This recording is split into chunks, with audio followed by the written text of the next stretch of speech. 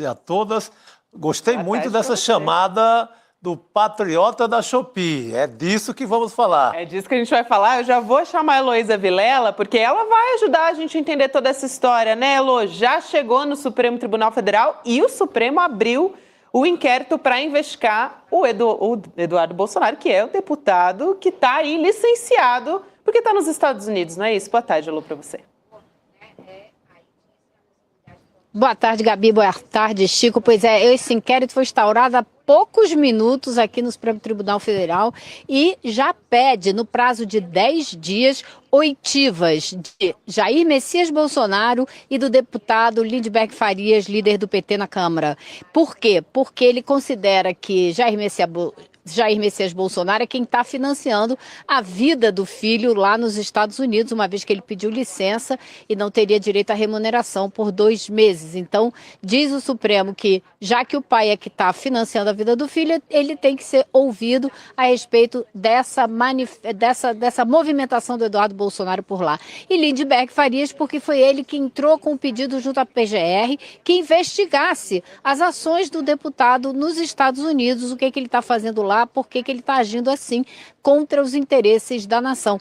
E a denúncia da PGR é muito forte. Ela diz que Eduardo Bolsonaro está nos Estados Unidos intensificando essa campanha dele para que o governo dos Estados Unidos adote sanções contra não só o ministro Alexandre de Moraes, mas também desde que a investigação aqui, o processo aqui começou a avançar, uma semana antes do pai dele virar réu, ele já estava com essa campanha a todo vapor e foi subindo o tom na medida que o processo criminal aqui foi avançando. Então, o PGR diz que, e o ministro Alexandre de Moraes reproduz quase por completo as denúncias do Paulo Gonet, ele diz que isso é tudo uma tentativa de intimidação, de ameaçar as instituições para que elas não levem adiante o processo que está em andamento aqui, ou seja, tenta obstruir o trabalho da justiça e tenta dar, como ele diz, continua um processo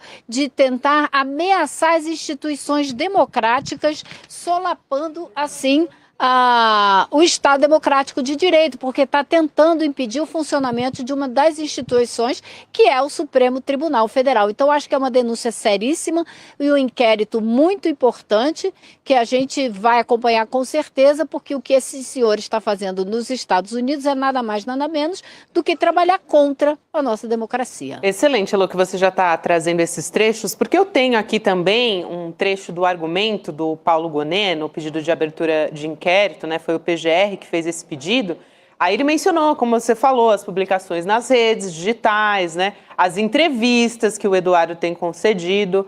Até participou de uma quando o pai dele ainda estava no hospital e ele estava junto ali na live. Vamos ver o que o Paulo Gonet disse nesse trecho que a gente destaca aqui, então.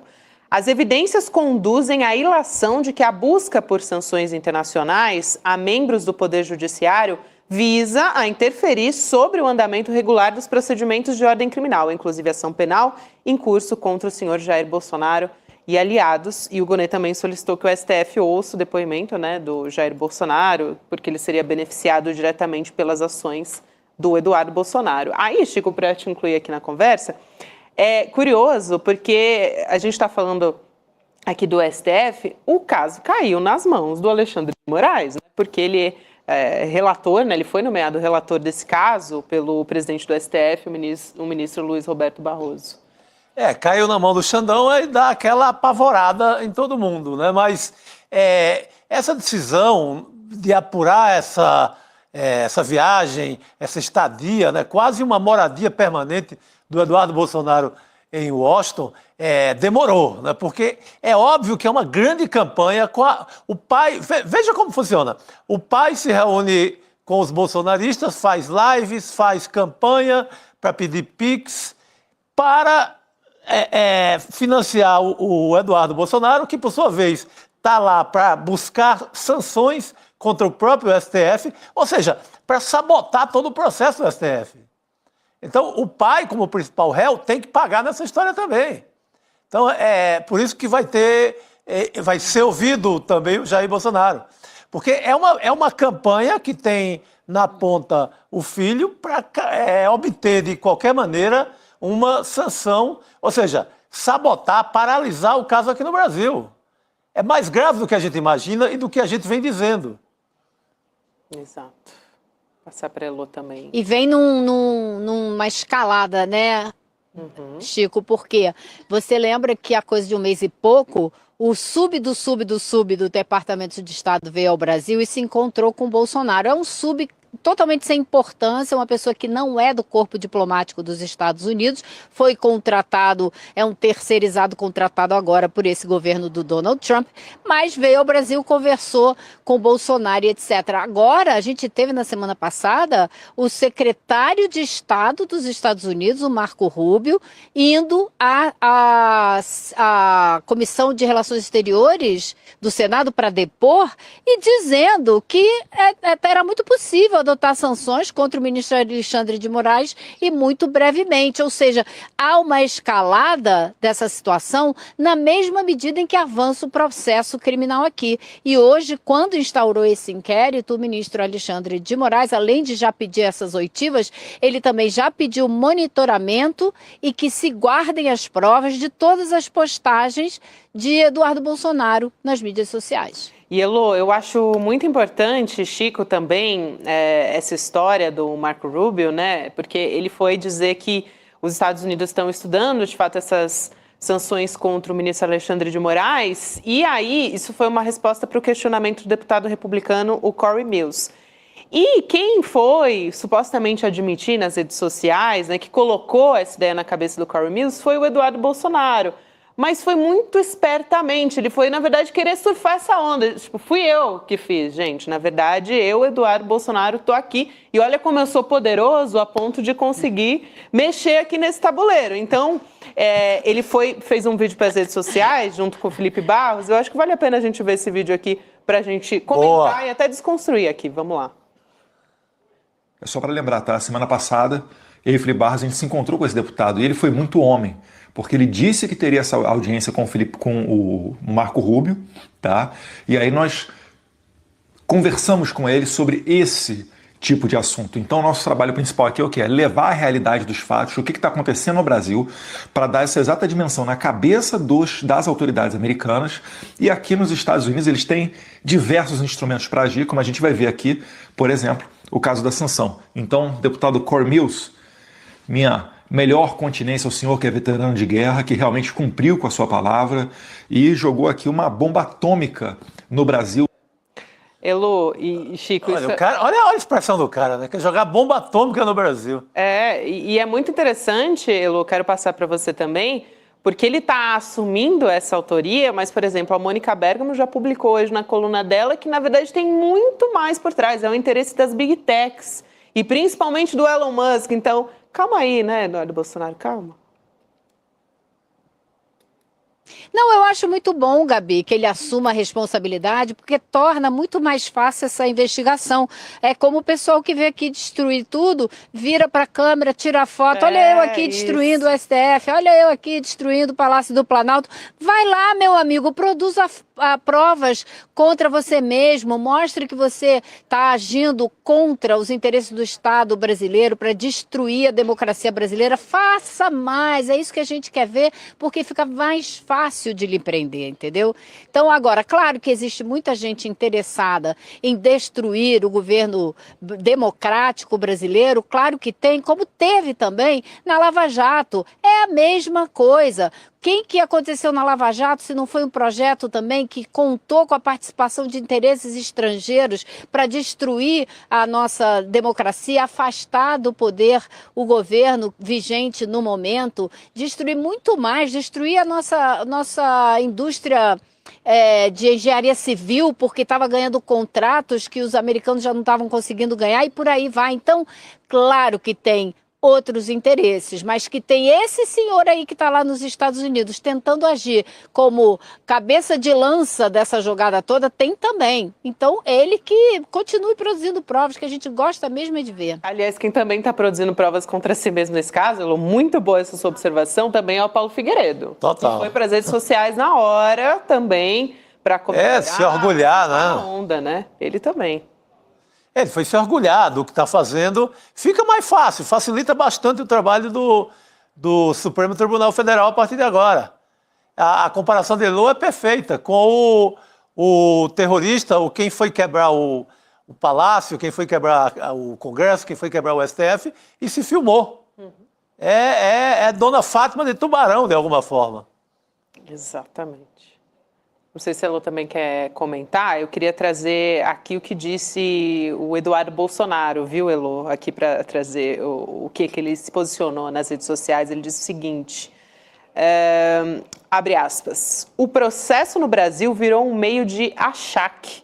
Um gangster faria igual, um mafioso faria igual.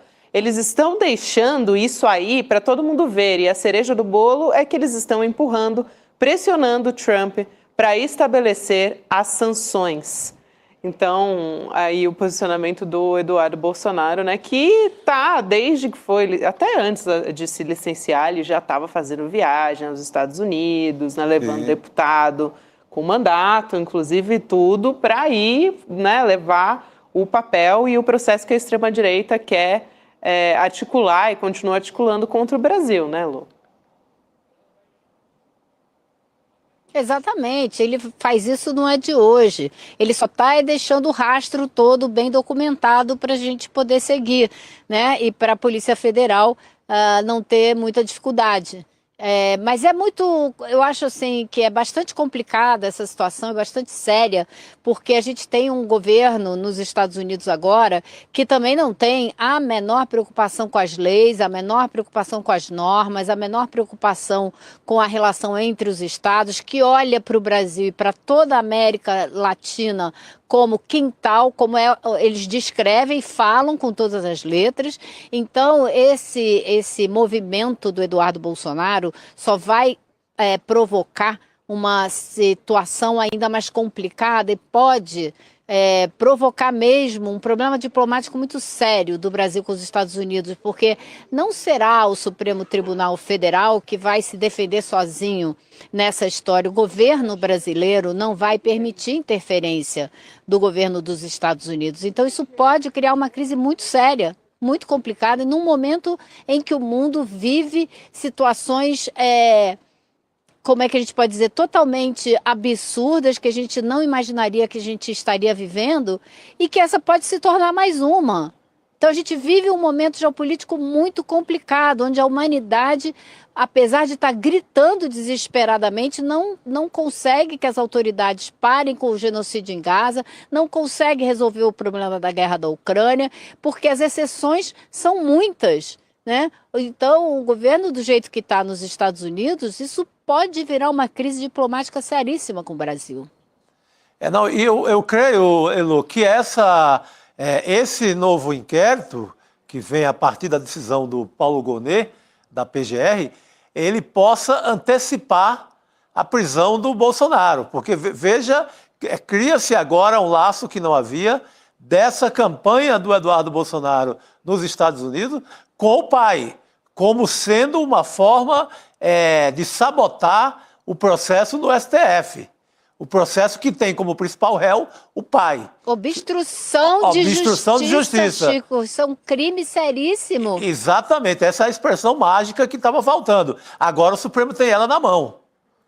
Então isso pode antecipar a prisão. Por que o Bolsonaro não é preso? Porque o STF entende justamente que ele não está atrapalhando o processo, não estaria atrapalhando o processo até então, não haveria motivo para prendê-lo, que aí ele responderia dentro do roteiro normal da lei e seria preso somente quando fosse condenado, em instância final, que é o STF. Com esse caso, você liga diretamente o Eduardo Bolsonaro ao pai, o pai como um fornecedor financeiro, né?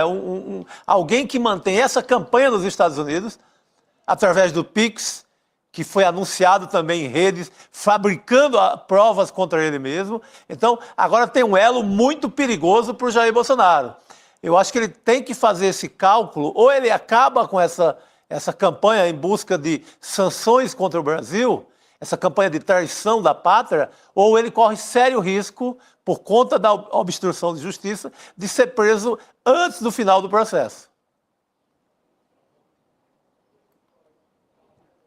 Elô, aqui também, vou passar de novo a palavra para você, mas eu tenho também já parlamentares da esquerda celebrando, se posicionando aqui sobre essa decisão do Supremo Tribunal Federal de abrir esse inquérito contra o Eduardo Bolsonaro. Vou trazer aqui, por exemplo, o Lindbergh Farias falando a respeito disso. Então, a gente vai colocar aqui na tela e eu vou ler aqui para vocês. Aqui já temos na tela. O sistema de justiça brasileiro está sob ataque externo, articulado por um parlamentar licenciado que age contra sua própria pátria. Eduardo Bolsonaro, mesmo fora do país, busca sanções contra autoridades brasileiras, tentando sabotar investigações contra os golpistas. Isso é traição à pátria e obstrução da justiça. O Brasil não pode tolerar esse tipo de comportamento. Importante aqui porque ele coloca também o contexto, né, que o contexto interno aqui do Brasil é de investigação de uma trama golpista e até de trama de assassinato no Brasil. Então, isso é muito importante que coloca aqui o deputado federal Lindbergh Farias, também é líder do PT na Câmara, né? E aí a gente tem também o posicionamento do pastor Henrique Vieira. Diga, Elô, pode falar, eu completo depois, pode ir lá. Não, eu só ia pontuar que esse inquérito, ele só existe porque foi uma iniciativa do deputado Lindbergh Farias, que fez essa representação junto à Procuradoria-Geral da República, ou seja, ele provocou a PGR e a PGR então fez esse relatório, enviou para o STF e o ministro Barroso decidiu abrir o inquérito e entregou para o Alexandre de Moraes ser o relator desse inquérito. Então, tudo começou de uma iniciativa do deputado Lindbergh Farias. Excelente, Elô. Essa informação que você traz aqui.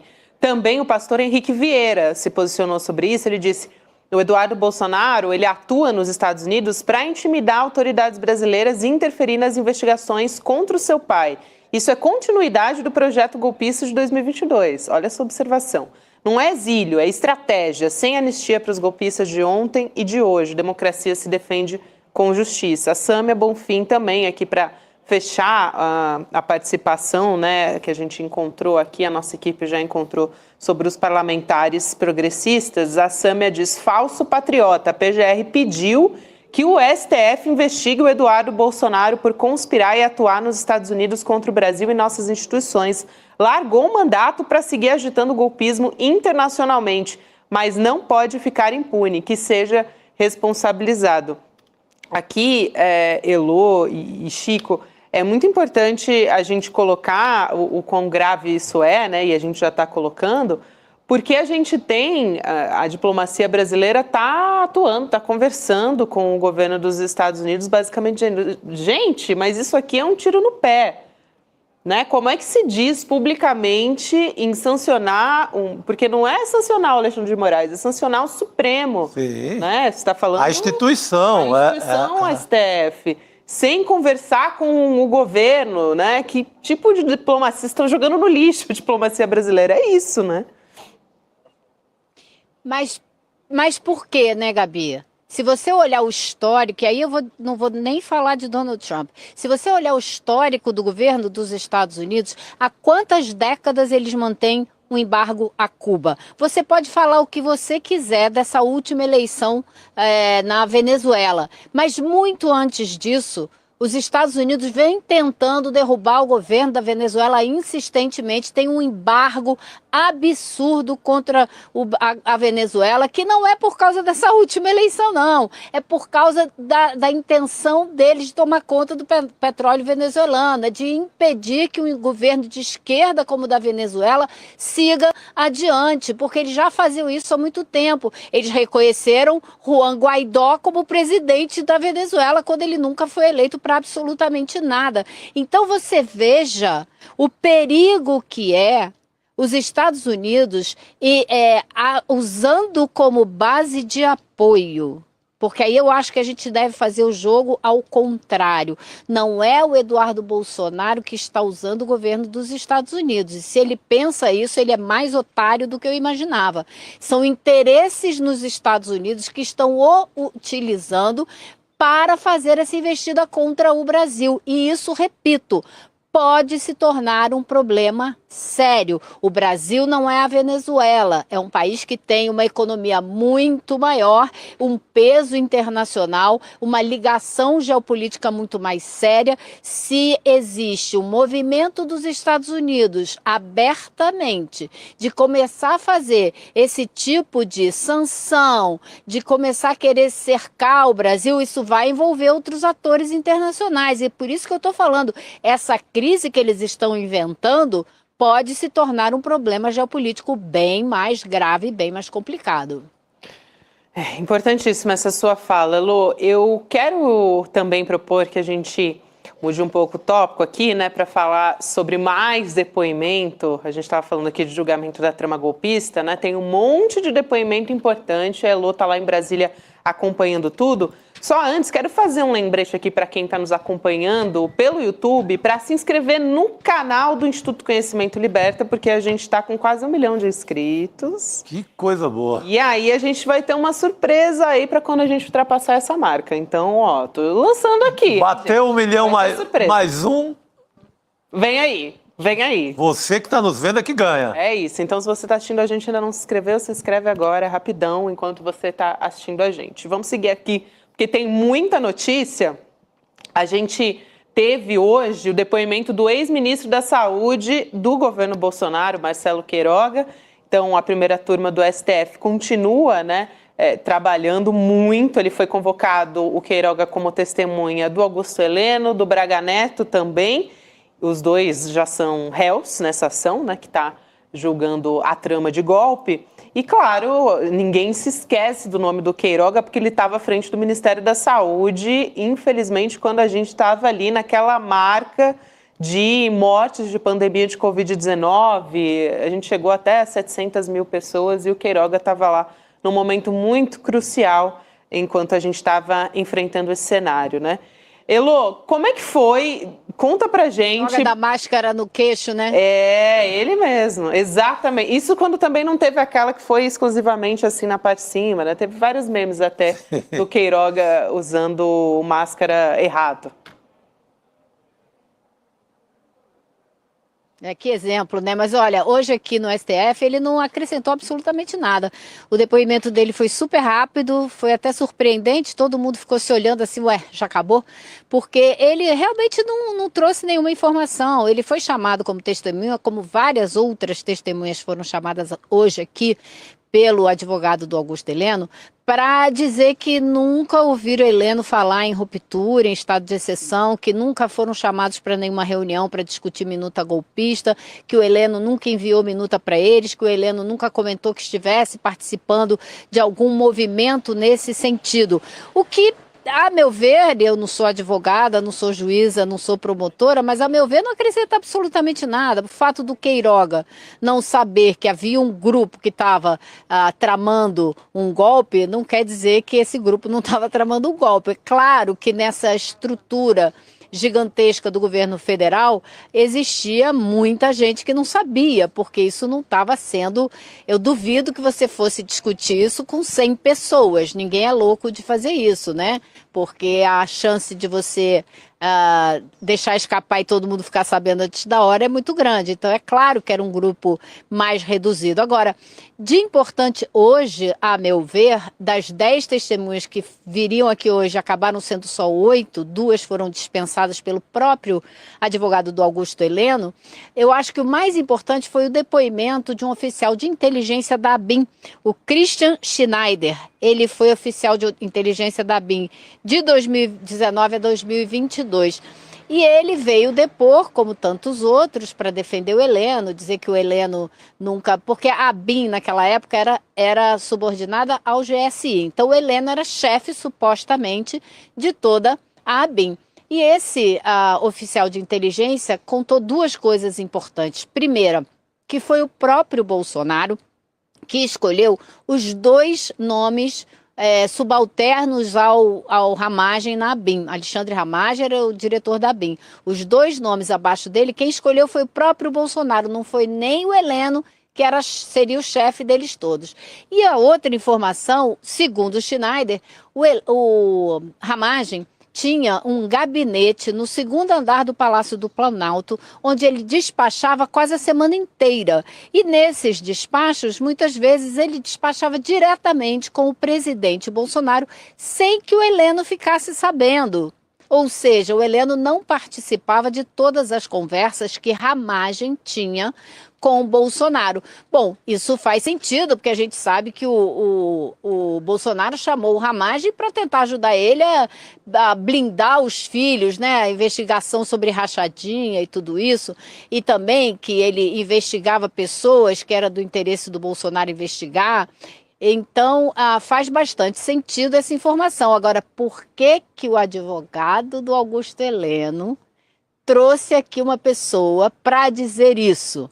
Porque ele quer mostrar que o Heleno não apitava muito, que na segunda metade do governo Bolsonaro o número de reuniões que ele teve com o presidente diminuiu muito em relação ao primeiro ano, ou seja, tentar colocar o Heleno como uma carta fora do baralho a partir da segunda metade do governo Bolsonaro, para com isso dizer que ele não teria, se houve tentativa de golpe, se houve reunião para discutir minuta, que ele não participou de nada. Só que a gente se lembra muito bem da agenda que foi encontrada na casa dele, com todo o detalhamento de como deveriam ser feito, tudo que deveria ser feito para desacreditar as urnas, né, para solapar o processo eleitoral. Então, acho que ainda vai vir muita coisa por aí, mas hoje foi isso que ficou estabelecido. O Ramagem tinha acesso direto ao presidente da República, com ele despachava rotineiramente, sem a participação do chefe dele, que era o Heleno. Olha, Elô, análise importantíssima que você traz aqui sobre o Augusto Heleno. Esperto o advogado, né? Porque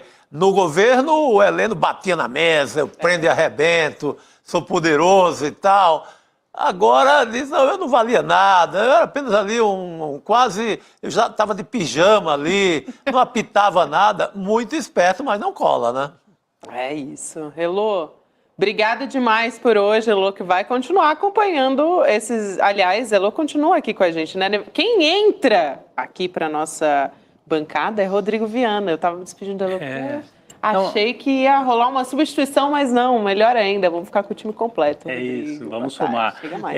Não, eu estava lembrando do Heleno, esse personagem que na campanha de 2018 fez uma gracinha numa convenção lá do partido bolsonarista, se gritar, pegar centrão, não fica um meu irmão, né? O que a gente poderia cantar para eles agora, né? Na porta do quartel, talvez. Se gritar, pega golpista, também não fica um, né? Não fica um. Se gritar, pega ladrão, golpista, não fica um. E aí o Heleno faz de conta que ele não está nesse grupo, né? Ele que era tão cheio de graça, né, Elô? Agora está escondido ali. A Heloísa até trouxe uma descrição, né? De que durante a fala do advogado dele, ele às vezes aparecia assim atrás, meio discreto, não queria botar muita cara na tela, porque são depoimentos escolhidos por via remota. Não, né? ele passou, Rodrigo. Ele tentou passar assim meio agachado atrás do advogado dele. Aí foi que a gente viu que ele estava presente acompanhando toda o questionamento das testemunhas, né? Senão a gente nem saberia, porque não foi dito que ele estava lá. Que pena que isso não é transmitido. Essa cena do Heleno agachado, passando por trás, tentando passar assim incógnito, já diria muita coisa. A gente só vai saber pelo olhar da Elô. Pela descrição da Heloísa. A lógica de por que não é transmitido até faz sentido, mas acho que não num caso com essa relevância, né? Que seria para uma testemunha não saber do que o outro disse. A gente conversou então... sobre isso com a Cacá, né? Porque a imprensa já publica tudo. Exatamente. Então não fica sabendo. tem aquele efeito, libera isso aí. É isso. Ô, gente, eu queria aqui lembrar vocês, a gente está falando do caso da trama golpista, tal, extrema-direita. Queria lembrar, a gente tem feito aqui uma investigação, a nossa equipe, né, Igor Mello, Juliano Dalpiva também, uma investigação sobre o Silas Malafaia. Para você que já ouviu o podcast No Alvo sobre o Império Malafaia, a gente vai ter também a estreia do documentário agora, que tem mais detalhes. Quer dizer, a gente tem a matéria no site, a gente tem o podcast, agora o documentário também, que traz ali informações que não tem, por exemplo, no podcast, né? E é o sujeito que financia manifestação e comício dos defensores do golpe. Então, tem tudo a ver com o noticiário. Não é algo assim desconectado do noticiário, muito ao contrário, né? É alguém que está lá financiando carro de som, financiando manifestação em Copacabana, Avenida Paulista, Brasília, e que faz questão de dizer e de ser eu sou a voz que pode atacar o Alexandre de Moraes, né? É o nome mais importante dessa campanha do Bolsonaro pela anistia. financia, bota a cara, ele é quem fica escalado para soltar aquelas palavras mais pesadas contra o Alexandre de Moraes. Então ele é escalado para isso. Ele é um grande líder da extrema-direita hoje no Brasil. Portanto, um grande personagem. Daí o convite ainda mais forte para que você assista na quinta-feira, agora dia 29 de maio, Império Malafaia, o documentário. 8 horas, né, Gabi? Aqui o horário, a gente tem um trailer aqui também. Vamos lá, vamos pro trailer. Dessa história. Vamos lá. Vamos lá. Talvez você não saiba, mas a figura do Malafaia carrega muitas contradições. A principal delas está na vida financeira dele. Os relógios Rolex, os carros importados, o jatinho e tantos outros detalhes mostram um típico milionário. Mas os documentos que eu reuni contam uma história bem diferente. A mágica que o pastor executa é a seguinte: borrar a linha que separa o que é dele e o que é da igreja. Você quer saber o quê? O que você quer saber? Como o Malafaia deu esse salto em direção à extrema-direita? E como ele deixou de se portar como um homem de aparência simples para viver uma vida de milionário?